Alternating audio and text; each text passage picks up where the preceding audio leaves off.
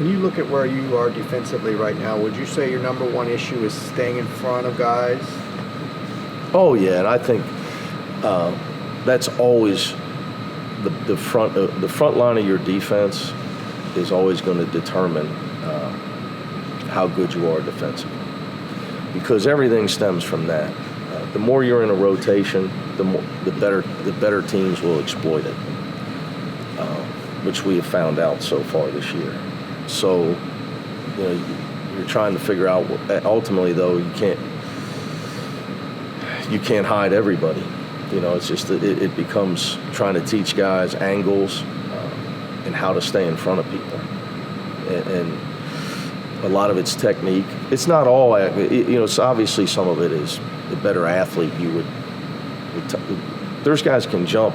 I've coached guys can really jump but couldn't guard anybody. So a lot of it's your lower body and how it functions from a technique standpoint, and then understanding of angles. How much time are you spending on working on that? Oh, we spend a lot of time on it. Yeah. All my teams always have. Because from that, the minute you have to start rotating, it's just bad things happen. When you play better teams, you can get away with rotating and blocking shots against certain teams. Mm-hmm. But if you're caught in rotations all the time against really good teams, they're gonna make open shots on you. So I think it's the most important thing of any defense. Like, you've got to find a way to keep the ball from being driven past you. Somehow, you have to. It's hard nowadays. Now, you watch. I don't know how much. Like, you guys are probably immune to it, but I watch now. I wish I could. When I played, I wish I could carry the ball away. I mean, I see. Not to saying I'm not blaming officials, but you watch games and how some of the moves on a carry is just beyond me. Which makes it, when the guy's allowed to hesitate and carry the ball, makes it really hard to stay in front of guys. But that's the era of offense, right? Yeah. What about your help defense? Where do you think the rotating and helping? Getting better. Again, the more you're in help, the more you're getting beat. But to play any quality man-to-man defense, you have to have great rotations. And what Jim Boeheim would tell you is to play great zone defense, you got to have great baseline rotations, because they would always force people to beat them that way. So you have to have early rotations. You have to guys looking to rotate instead of looking to rest. So it's all part of what we're building, just getting guys where it becomes second nature to them. If you said, hey, Coach, what are you most happy with San Jose State? Tigers Campbell's charge in the first half. By far the best defensive play of the game for us. One more defensive question. Are you a fan of switching on ball screens? Depends. Okay. Depends who you're playing. Depends. I don't think you can play it the same way every time. There's certain teams that you can do it with, other teams you can't. I don't think you can do it 100% of the time. Like, we didn't do it at all against San Jose State. There's a time for it. Depends if the roller is popping or rolling and who he is.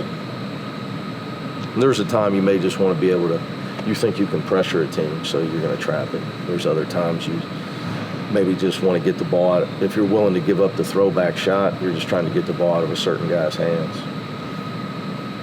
Prince is the most experienced guy back on this team who's playing heavy minutes. What have you thought of him so far? I think he's trying really hard, but I don't think he has any experience defensively. Although he does like to steal the ball, so that's a good thing. So he has a nose for the ball. He has a tendency to lose his man, lose sight of his man at times. He got backdoored the other night a couple times, but I think he's trying. His efforts there. He's trying. It's just building solid habits is the issue. Is that harder with a fifth-year senior than a freshman like Jaime, or no? No. I think the more mature a guy is, usually the easier it is to coach that guy, because when you tell him something, he understands exactly what you're telling him. Because he's older, and that's the case with Prince. I mean, he understands. The team has had really good stretches offensively and defensively throughout several games. How do you get them to play a full 40 minutes? That's the they close trick. to it? Yeah, that's the trick. You know, it's. I wish I could tell you that we're close and it's going to happen overnight. But I've done this before and taken over 2 programs. This is my 3rd. It's a process to be able to play consistent basketball without turning the ball over. Sometimes it's like you're sitting there watching. You say, "Well, man, these guys look so good," and then all of a sudden they get in a hurry and they travel. They get in a hurry and take a quick shot for no reason, or being able to sustain your defensive energy. These are just all things that you have to build over time. It's hard. I mean, you watch.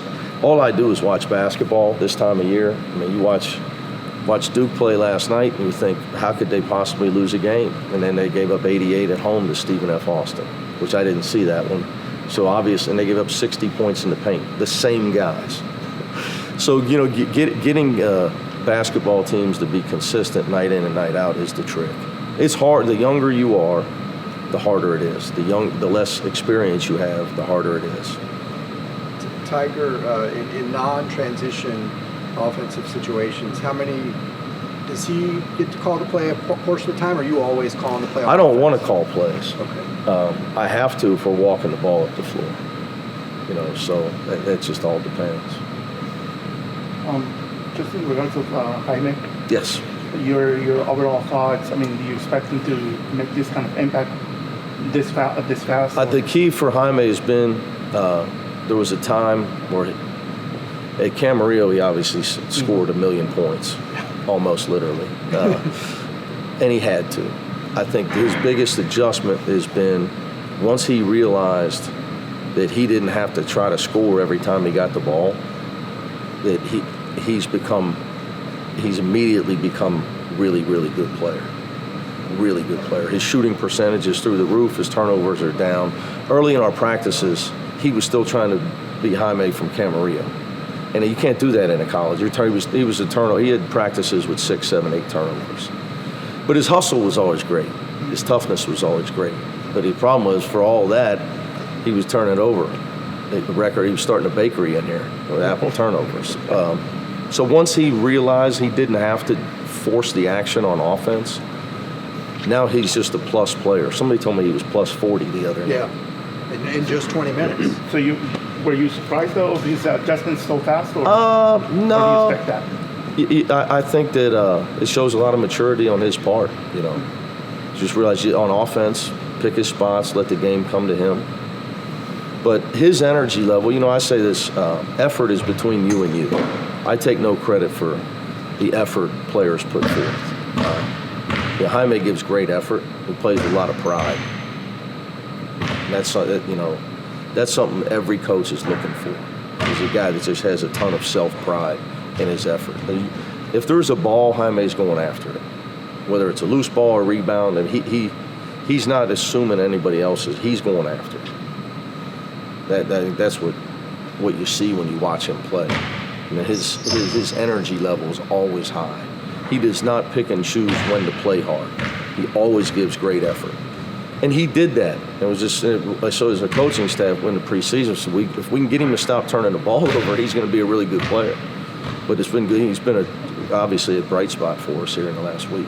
And also gaining some international experience with the Mexican team. Yeah, I don't know how much they played him in some of those games. He told me they beat him up pretty good in practice. I know they shaved his head as far as his hazing incident. I thought it was being solidarity with the coaching staff at UCLA. He sent me his picture this summer. He was down, I think, in Panama where they shaved his head. But no, I think he realized how good of players are out there.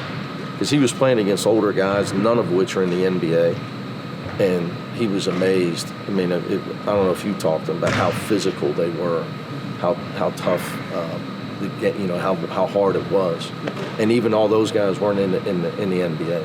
It was eye-opening for him. Anytime your guys can play against players that are better than them, I think it's eye-opening for your guys.